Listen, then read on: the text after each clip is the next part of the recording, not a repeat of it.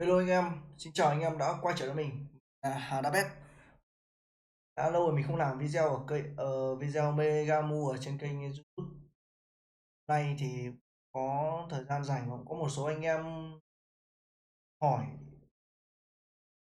và muốn mình làm video để mà hướng dẫn anh em về cái pentagram sách nguyên tố ấy. Hiểu là sách.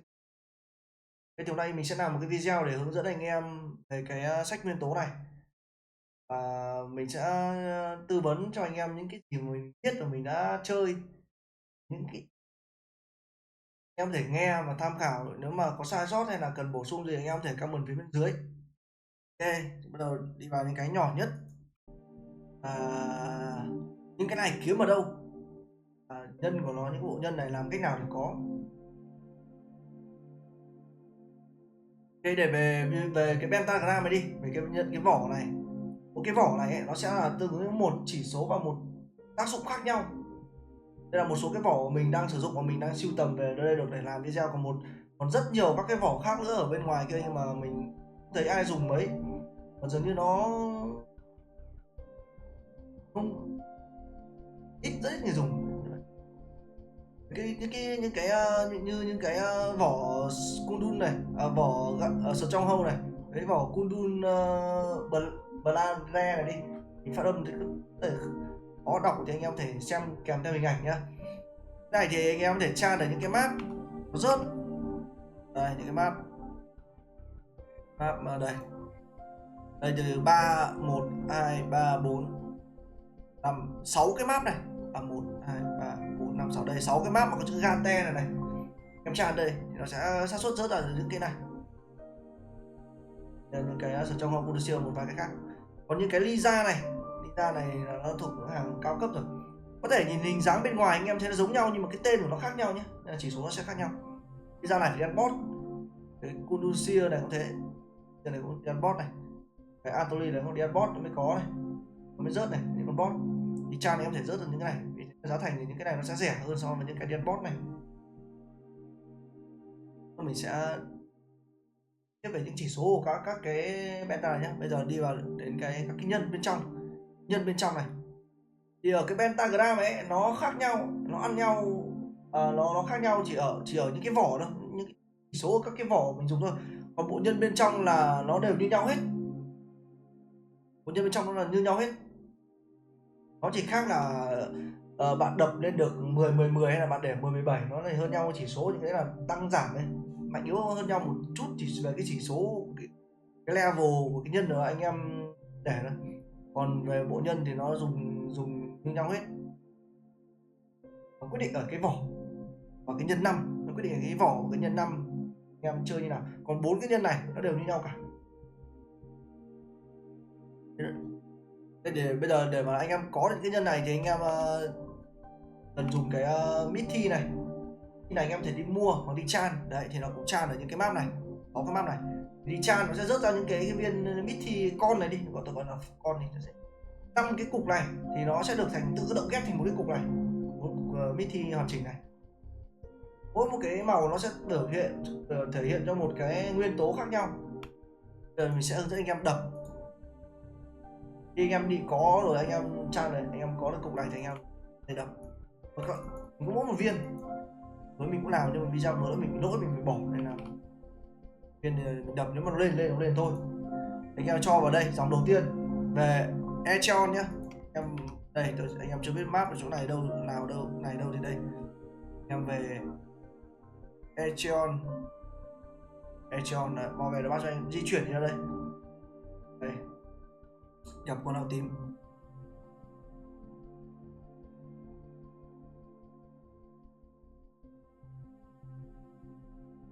Con tím. Đó. Bấm vào dòng đầu tiên, em cho nó vào. Thêm bread nữa nhá. Rồi. Thì thôi rồi. Thì đấy là mình làm mẫu cho anh em như vậy. Đấy là cách để chế tạo ra những cái nhân này. Nhân nó sẽ random, ở cái viên đấy sẽ random tùy random các slot 1 2 3 4 5. Đấy, mình gọi các slot dễ này. Cái tên của nó mình không biết đọc, khó đọc. Gọi là 1 2 3 4 5 đấy. Nó sẽ random ra 5 slot này ở cái nhân này, ở cái viên đấy. để nâng cấp cái và mình sẽ dẫn anh em cách nâng cấp hai cái này. Ví dụ đây là mình có cái sẵn đây là hai cái danh 1, để nâng lên danh 2 thì anh em cần hai cái danh 1 cùng slot nhé. Slot là cùng slot 1 ấy, này mấy cái là số slot 1 đây này, slot 1 cùng một slot 1, hai cái slot 1 cộng 7 thì lên được một cái slot 2.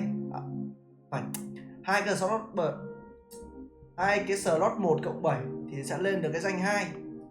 Hai slot 1 danh 1 cộng 7 ấy. Đây là cái danh là open này, danh hai cái slot 1 danh 1 cộng 7 đập vào nhau thì nó sẽ mở ra danh 2.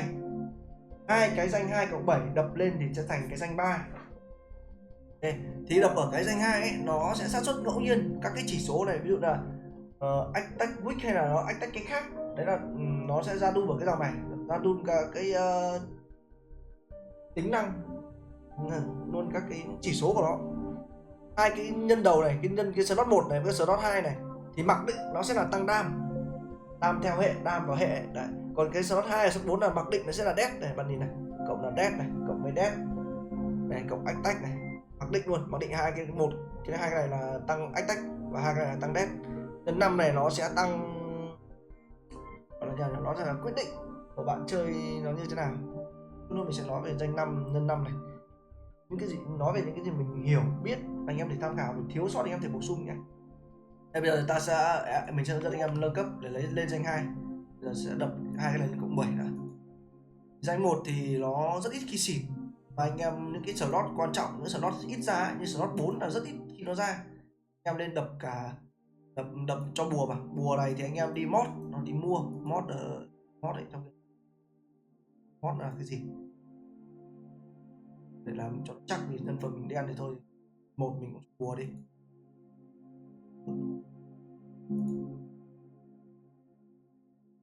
Quên, để nâng cấp cái này anh em cần cái rune này nhá. Cái rune này anh em cũng đi chan ở 6 cái map mà nó rất cái nguyên tố này, cái thi này mà anh em mua trên chợ nào. Chan anh em cắm chan nó rớt ra này, anh em cài nhặt là rune nè, thế là nó khác nhặt. Cái map Gate đấy. Bây giờ mình đã có hai cái cộng 7 này, danh 1 cộng 7 rồi. Nâng lên danh 2, đúng rồi, nâng lên để lấy danh 2 thì anh em bấm cái dòng này. Entertainment danh úp, đây là nâng cấp úp danh lên. Anh em không cần phải nó cùng một hệ nhé. Anh em lấy cái danh 1 của đất, cái phôi thì không cần phải cùng một hệ. Anh em lấy phôi của lửa, của đất gì tùy. Đến đây mình đang tiện đây thì mình lấy luôn hai cái này. Đây chỉ là mẫu thôi. Anh em lấy cái này là cái chính và cái này cái phụ. Cái phụ này anh em không cần dùng cái đất được, miễn là phải là đều là một slot 1, đều là slot 1. Không phải lấy cái danh, không thể lấy cái slot 1 này mà lấy cái phôi slot 2 thì nó không thể nâng được, phải là slot 1 nhá. Nâng cấp này, nâng cấp danh 2 thì tỷ lệ là 100%. Nó sẽ ra doom theo cái chỉ số ở cái đây là đất của mình là attack file này.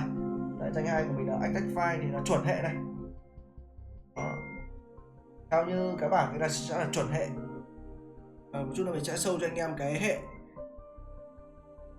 Anh em để anh em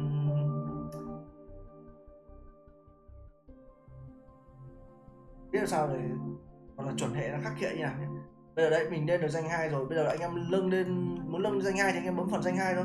Danh 2 của mình là cộng 0 này, mình sẽ đập mẫu danh 2, anh em phải đập cho bùa nhé, không cho bùa là mất đấy, vì danh 2 nó xịt nhiều lắm. Đây nâng lên cộng 1 rồi này. 2. Giờ anh em cần hai cái danh 2 cộng 7 này, hai cái nhân để up lên cái danh 3. Anh thì nói thế là anh em cũng đủ hiểu rồi. Thì làm những cái danh 1 cái thôi. Danh 3 thì nó ra doom là một là BBB, hai là Ride là đánh quái, BBB là đánh người. Đấy là về nâng cấp cái nhân nhá. Tương tự với 4 slot kia thôi, 4 slot kia tương tự như thế. Và đập thì hiện tại server nó tại anh em chỉ đập lên đến 10 đến 17 là dừng thôi, còn 10 cao nhất là 18. 18 nghĩa là gì? Có nghĩa là 10 có nghĩa là cái danh 1 cộng 10, danh 2 cộng 10, danh 3 cộng 10. Đấy. Hay ghi tắt là 10 nếu anh em mà chưa hiểu thì đấy là ý là nó như vậy. Hiện tại như cái này của mình đang sâu lên nó là 10 cộng 7, 17 thì hiện tại server đập bây giờ nếu không thể nào đập được cộng 10 được, rất là khó. Chỉ liên tội luôn, nó cứ lên đến 67 nó lại xịt về không rất ức chế. Đợi khi nào mà nó mở kiện tăng tỷ lệ đập đồ thì anh em có thể up lên 10 10 10, up lên 10 10 10 cũng được, mà không thì để xài 10 15 10 17 cũng vẫn ok. Nó chỉ giảm đi một chút không đáng kể. Thì ở những cái slot 1 2 3 4, còn slot 5 mà anh em đập được 10 10 10 ấy, nó sẽ càng tốt vì nó sẽ tăng được cái hiệu ứng của cái đấy lên, xác suất ra hiệu ứng ra cái hiệu ứng đấy càng nhiều, ngon hơn ở slot 5. Còn slot 1 2 4 em để 10 15 chơi ok. Rồi sau đó 5 thì cố gắng nếu mà lên được càng cao thì càng tốt đấy. Đây là bây giờ đi vào cái khắc ký hệ, nhiều anh em vẫn chưa hiểu khắc ký hệ nó như nào. Đây mình sẽ show cho anh em cái bảng này. Đó, anh em chú ý vào cái bảng này, show lên là bảng penta đấy, các cái hệ nó khắc ký lẫn nhau. Đây, anh em hãy chú ý vào cái nó sẽ trên là 3 cột này, 3 màu khác nhau này, xanh vàng đỏ. Thì anh em phần xanh em phải chú ý vào cái phần màu vàng có nghĩa là cái anh em sử dụng. Màu vàng sử dụng. Cái màu xanh là những cái penta mà anh em khắc họ, anh em đánh vào người ta nó sẽ đau hơn. Cái màu đỏ là cái hệ mà mình bị kỵ, đó là mình mà gặp họ ấy, là mình đánh vào họ là bị giảm đam và họ đánh vào mình rất là đau. Anh em chú ý màu vàng, anh em có thể chụp màn hình lại và cắt ảnh lưu về để anh em dễ dàng mỗi lần anh em muốn đập ấy, anh em sẽ biết nào là nó chuẩn hệ hay là sai hệ. Tiếp tục đi vào cái pentagram thì tại vì nó có đây những cái mà phổ thông mình thấy là hay dùng và theo cái kinh tế thì đây là cái đầu tiên là đây, hai cái này nó rất nhiều người dùng này. Anh em mà đây là cái xe hàng gọi là hàng trung bình đi, sơ cấp chứ không phải mà cao cấp, không phải, nó là hàng trung, tầm trung, giá tầm trung, nhưng mà hiệu quả mang lại thì tôi thấy là rất là ngon và rất ổn và mình dùng rất là nhiều. Thì như cái trong hâu này, đây anh em đọc chỉ số này, chỉ số nó sẽ tăng là tăng dead thủ 5% và tăng tăng lé đòn, tăng lé đam lé, tăng lé 5%. Đó, sẽ trong hâu tăng lé 5% với các cái wick và dead. Wick và dead thì anh em chú ý đây là mình đang dùng cái đất này, nhìn vào trong cái bảng này, đất này nó sẽ tăng tỷ lệ lé của cái dark dead và cái wick, đấy là lé của hai cái hệ mà mình bị khắc này. Theo là cái Kundun Blade này, AD này đã tăng dead 5% và tăng crit dam 10%. Thì mình sẽ cho anh em xem vài đấy, thì nó khác nhau ở các cái vỏ này, những cái vỏ nó sẽ tăng mỗi một cái vỏ lại tăng một chỉ số khác nhau. Thì hai cái này là giá thành khá là rẻ và anh ấy rất phù hợp với anh em mới chơi khá là ổn. Kể cả như anh em như cái sở trong hâu này, kể cả như anh em chơi kỳ cựu rồi người ta vẫn dùng cái này, thế là giá thành nó rẻ và hiệu quả nó mang lại thì là quá là tuyệt vời.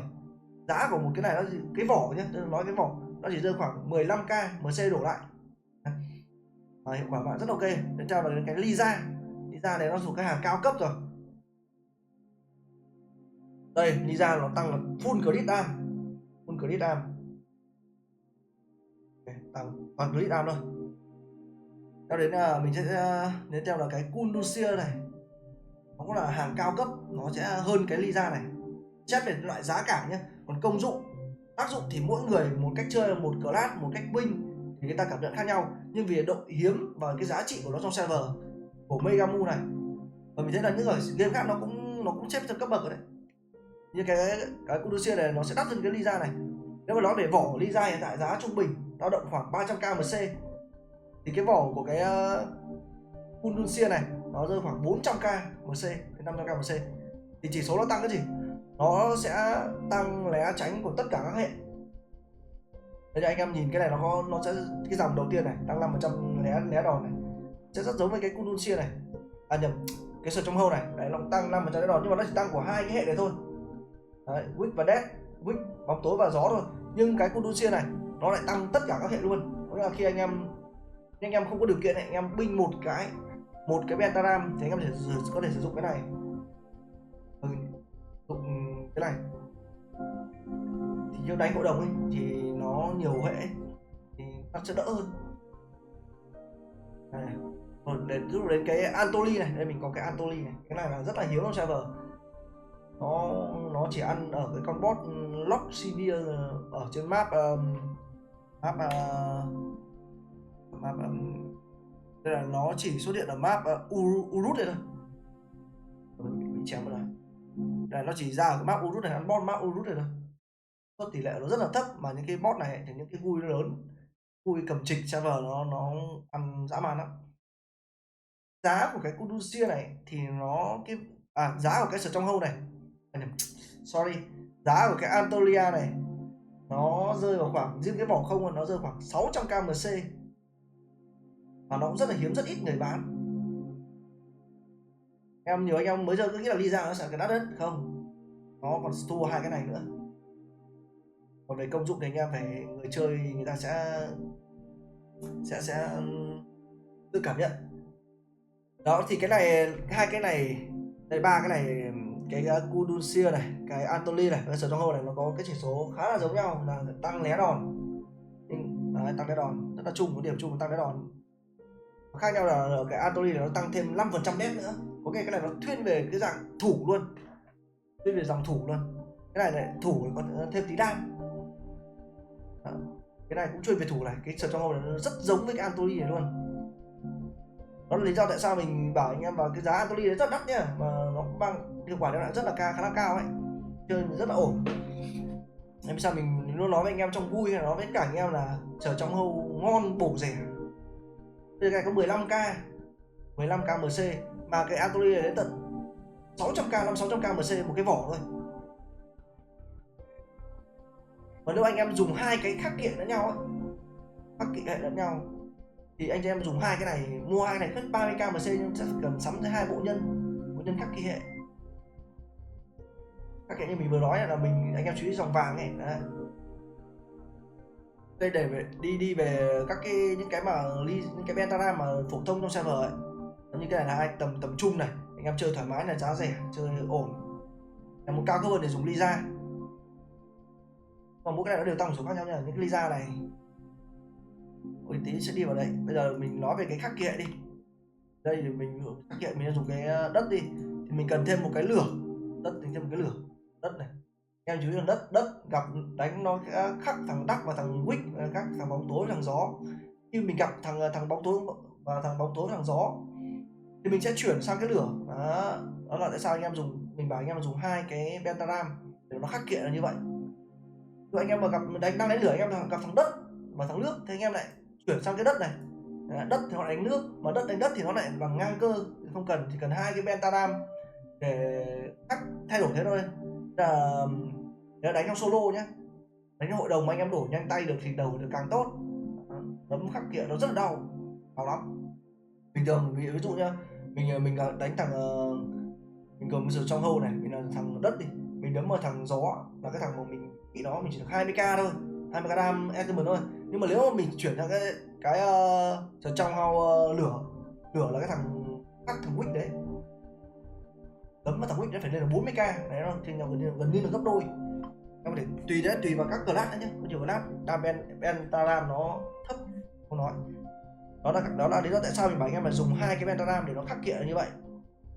Nếu đánh solo của đánh hội đồng thì anh em, hội đồng thì một cái được, nếu nó đánh hội đồng thì nó nhiều thằng nó dùng các cái hệ rồi, không thể khắc hoàn toàn được, nó rất phổ luôn trong solo thì anh em cần dùng hai cái.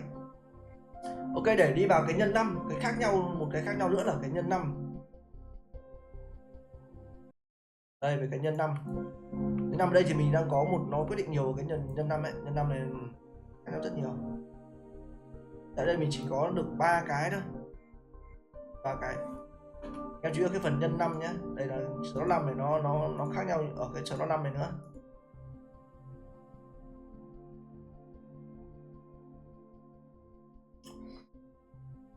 Danh 2, người ta cũng chú ý ở những cái danh 2 này này. Passion này nó sẽ có xác suất là thay đổi 20% SD. Nói chung cái dòng Passion này rất là ngon. Mình sẽ để một cái link nó dịch sang tiếng Việt cho anh em, đấy là tiếng Anh khó hiểu, gần như là chi tiết của cái pentagram này luôn, nó sẽ tương ứng như bên này.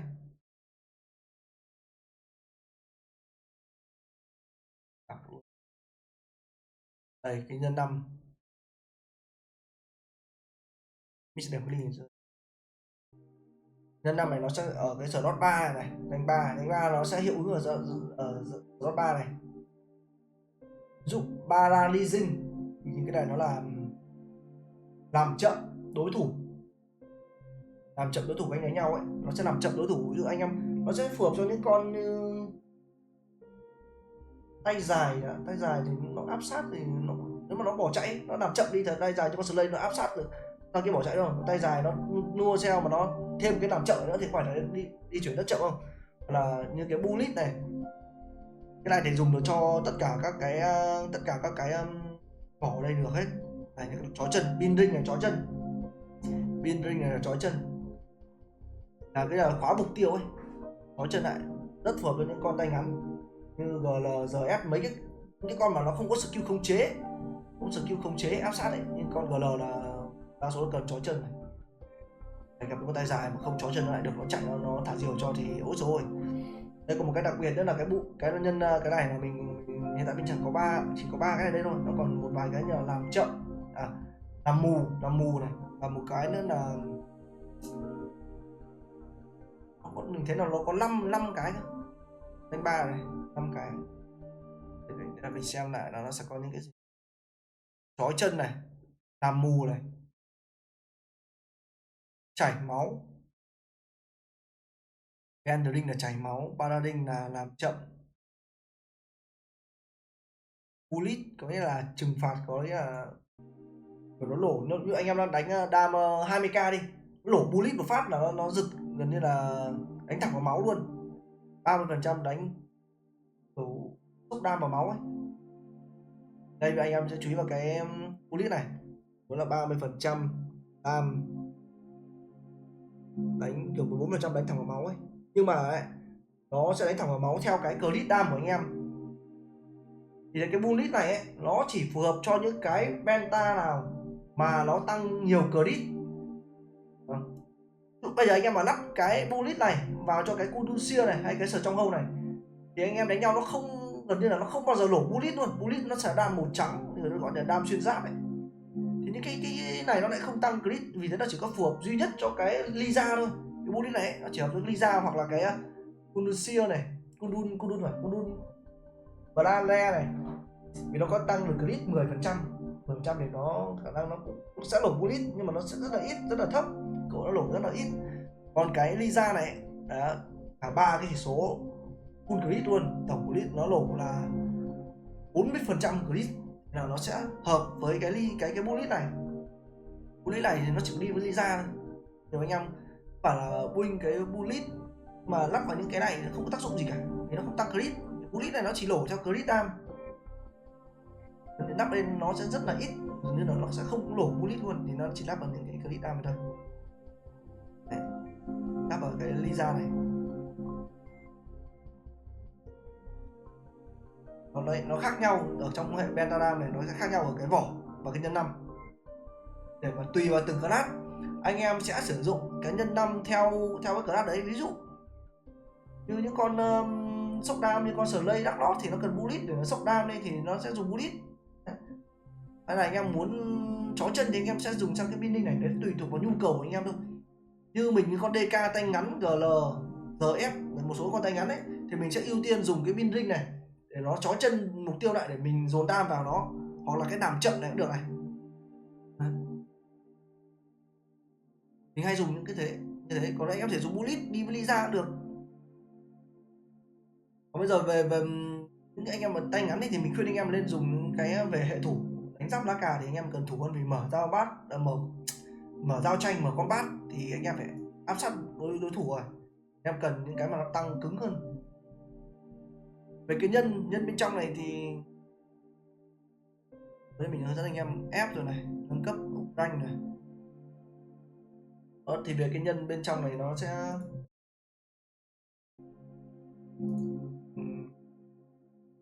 bên trong, ví dụ là đây, cái này là danh 2 của mình đang là mình đang dùng cái lửa đâu, lửa đánh đắc chuẩn hệ này, anh em nhớ cái bảng hệ là chuẩn này, thì mình khắc mà mình đánh nó thì nó càng đau. Thế là theo quan niệm của mỗi anh em là gặp những thằng kỵ thì ví dụ bây giờ mà cái này mà mình mà dùng cái lửa mà đét thằng đắc này thì nhiều anh em sẽ bảo nó là sai vì mình đã kỵ nó rồi, mình cần gì phải thủ nó nữa, đúng không? Lửa đét nước này đấy, mình bị nó khắc, mình thủ nó thì đỡ đau hơn. Đấy là đối với anh em dùng một cái nhá, đây là ví dụ một cái này, em chỉ binh một cái pentagram thôi. Đó. Thì đây thì như này là chuẩn hệ này, lửa đét nước, lửa anh tách tắc, đấy lại chuẩn tiếp này, mình khắc nó, lửa đét nước, còn cái này là nó trong cái nào full 4 hệ luôn. Đây tôi có cái đây quick thì nó là full 4 hệ đi. Anh em dùng một cái pentagram thôi nhá, thì anh em nên khảm cho nó đủ 4 hệ này để anh em đánh ra tranh tổng thì anh em đều có cả thủ và đam cho những cái hệ mà mình bị khắc hay là mình khắc họ cũng thế, nó sẽ tối ưu hơn với một người dùng một cái pentagram. Hai cái pentagram mình sẽ anh em để dùng hai cái pentagram, anh em binh như nào thì theo cái nghĩ của mỗi người thôi. Hiện tại bây giờ nó là đúng này, nước gió đánh đất chuẩn này, trong cái bảng này gió đánh đất chuẩn này, gió thủ bóng tối chuẩn luôn này. Đấy, gió thủ bóng tối, gió đánh nước chuẩn luôn, gió đét lửa chuẩn luôn. Vậy là cái ly ra này của mình là nó đủ hết cả 4 hệ luôn, từ đất này, bóng tối này, nước này, lửa này, đấy đủ 4 hệ trong này luôn, 4 hệ khắc kỵ chuẩn luôn. Cái nào mà mình có kỵ thì mình thủ, có nào mà mình khắc thì mình đam nó cho đau. Đấy là về bên trong. Bây giờ ví dụ anh em dùng hai cái pentagram đi, mình đang dùng cái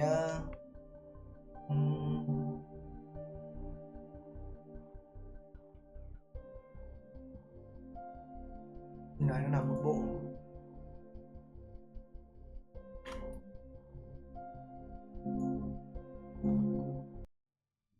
Còn một cách win pentagram nữa, đấy là theo anh em chơi hai cái, anh em sẽ dồn, khi anh em chơi nhiều và anh em sẽ hiểu gần như là nắm rõ được cái pentagram đấy rồi ấy. Anh em như mình bây giờ là mình sẽ binh theo cái kiểu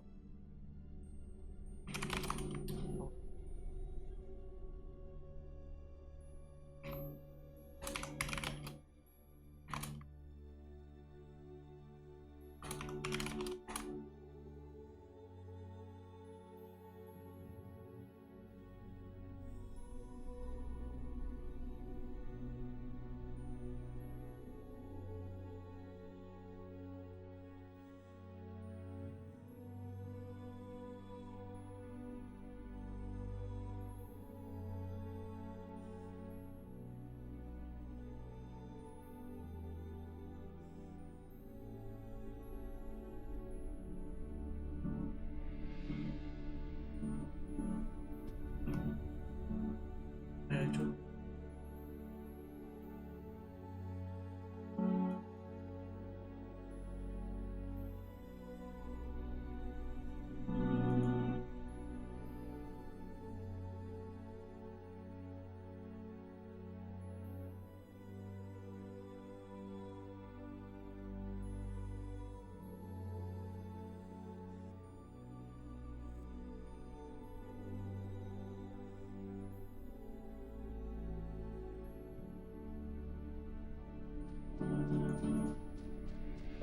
Như này là mình chơi 4 nick nên là mình đã setting cho nó đủ 4 cặp penta gọi là khắc kỵ hệ lẫn nhau. Như cái sở trong hole thì mình nói là sở trong hole này nó sẽ như cái dòng thứ hai của nó là tăng ngoan tử ở đất, đó là hai cái lé này, lé hai hệ này. Thì khi mình dùng cái lửa ấy, mình có thể dùng toàn lực, tức là toàn chỉ số, toàn cái chỉ số đấy vào hai cái hệ mà mình đấm nó thôi. Đây ví dụ mình thằng lửa này, có một cách hiểu nữa, cái lửa này ví dụ mình đánh vào thằng lửa, tác dụng không phải là nó không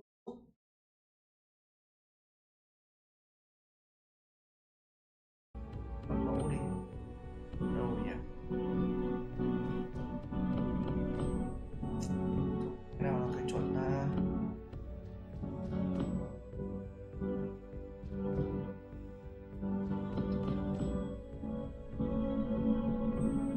đây đây đây đấy nhá, như cái này, như cái gió này của mình, cái này sẽ chỉ cho anh em nó sẽ dễ hiểu nhất.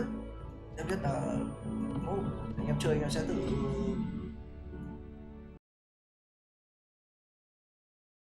nhưng mình cũng nói bây giờ đặc biệt anh em chú ý là cái gió, anh em xem cái gió của mình nhá, cái gió của mình này nó là ách tách quan cực này, ách tách quan cực đó, gió nó khác thằng quan cực đấy rồi, lại dùng là đét quan cực nữa. Như người ta ấy, thì nó sẽ là bị sai hệ, vì là mình đấy nhá, cái dòng đét quan cực đấy mình đã khắc nó rồi, mình không cần phải thủ làm gì nữa, và mình sẽ dùng mình sẽ lấy cái đét phai hoặc đét lửa hoặc đét bóng tối thôi, cái gió như cái bảng gió nhá, nhân nhân nhân tức ra bên ba của mình này là ách tách đất chuẩn hệ này, như cái bảng này là chuẩn hệ này, và cái nhân 4 mình này là đét đất. Đó. Thì nó sẽ là sai, như anh em sẽ là sai hệ, nhưng hai cái này của mình sẽ tính là sai hệ này, đét đét nước và đét đất thì nó cần nó sẽ dùng ách tách đúng không, nó sẽ thay nó sẽ dùng sang đét phai và đét đắc. Nếu em dùng một cái pentagram thì như cái vừa một pentagram ấy, đét đắc, nhưng mà cái bây giờ mình dùng hai cái sông hâu nên là mình sẽ sông hâu nó có điểm là nó né tránh của đam của đắc và phai rồi. Nên hoặc là nếu như mà mình mà dùng cái pentagram này mà mình gặp phải mình mà gặp cái thằng mình kỵ nhá, như cái thằng đất và thằng nước đi, mình sẽ đấm nó rất đau, vừa đau mà nó đánh vào mình lại không có tí đam luôn, nó đã bị khắc của cái beta rồi, nó lại còn được tăng cả thủ, và mình cái nhân của mình lại là tăng thủ của cái hệ đấy nữa. Đây, ví dụ mình làm thằng gió mình đánh thằng đất và thằng nước, như trong cái bảng là cái dòng màu xanh này kìa, là hai cái hệ đấy là mình đánh nó sẽ rất là đau. Đó, rất là đau, mà mình lại trong cái bộ nhân của mình này nữa, mình lại còn thủ cả nó nữa thì chả khác gì là nó đánh vào mình, vừa bị kỵ này vừa lại mất thủ của mình nữa, lại càng giảm nhiều hơn nữa, thế là dồn toàn lực vào hai cái hệ của mình đấy, mình khắc đấy. Nhưng nếu mà mình đang đánh cái này mà mình gặp thằng thằng lửa và thằng đắc thì coi như là nó không có một cái tí gì để thủ vào đấy được cả, đúng không? Thì lúc ấy mình sẽ phải đổi beta, thì đấy là lý do mình gặp thằng lửa và thằng đắc, mình sẽ đổi thằng lửa luôn. Đó, thằng lửa này mình sẽ đánh thằng đắc, và mình sẽ đánh thằng lửa, lửa đánh lửa thì nó là ngang cơ rồi, so về đồ đạc về kỹ năng rồi.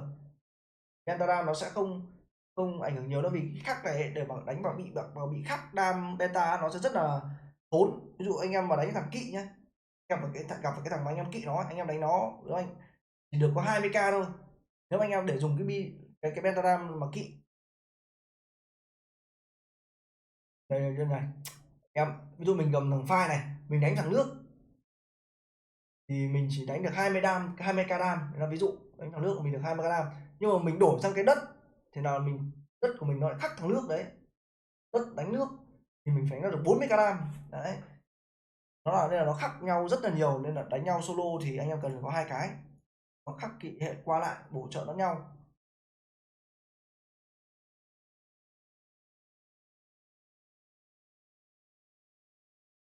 Còn gì nữa không nhỉ?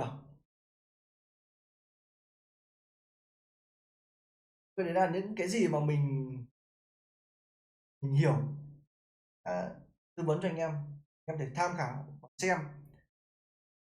Dạ thì mình không còn nghĩ ra được cái gì để mà nói thêm được về cái này nữa. Nếu anh em còn thấy cảm thấy là khi anh em xem mà thấy còn thiếu sót gì hay cần bổ sung, anh em comment bên dưới để mình sẽ ghi nhận, là mình sẽ bổ sung thêm vào những cái video sau của mình.